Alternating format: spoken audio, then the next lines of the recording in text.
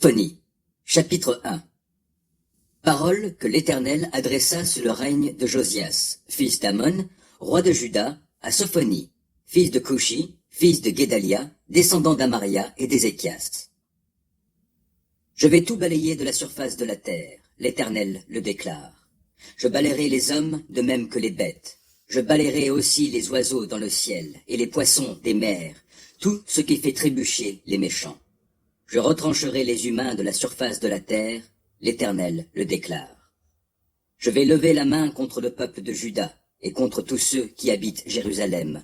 Je supprimerai de ce lieu ce qui subsiste de Baal. Je ferai disparaître le souvenir de ses desservants effrénés avec ses prêtres. Je ferai disparaître tous ceux qui se prosternent devant l'armée du ciel sur les toits des maisons, et ceux qui se prosternent devant l'Éternel et jurent par lui tout en prêtant serment au nom du dieu Moloch, et ceux qui se détournent de l'Éternel, qui ne se soucient pas de lui et qui ne le consultent pas. Que l'on fasse silence devant le Seigneur l'Éternel, car il est proche, le jour de l'Éternel. L'Éternel a prévu un sacrifice, et il a convoqué ceux qui sont invités. Au jour du sacrifice de l'Éternel, j'interviendrai moi-même contre les ministres du roi, contre la cour et contre tous ceux qui s'habillent à la mode étrangère. En ce jour-là, j'interviendrai contre ceux qui sautillent sur les marches du trône, contre ceux qui remplissent de violence et de fraude la maison de leur maître. On entendra en ce jour-là, l'Éternel le déclare, près de la porte des poissons, des cris retentissants, des hurlements dans le nouveau quartier et, venant des collines, un fracas formidable. Habitants de la ville basse, hurlez, parce qu'il est anéanti le peuple des marchands.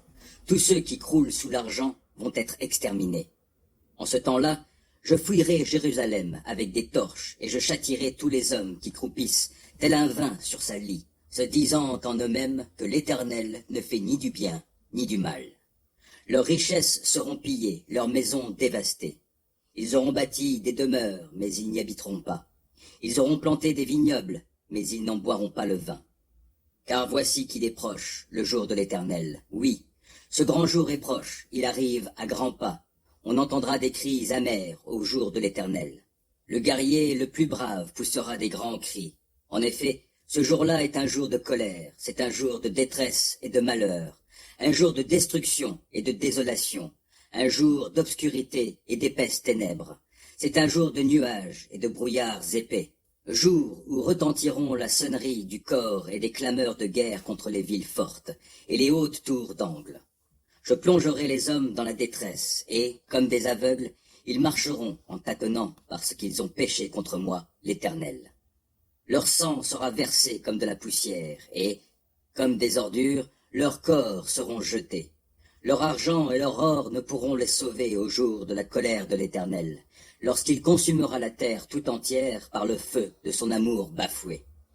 Car il provoquera, et ce sera épouvantable, la destruction totale de tous ceux qui habitent sur la terre.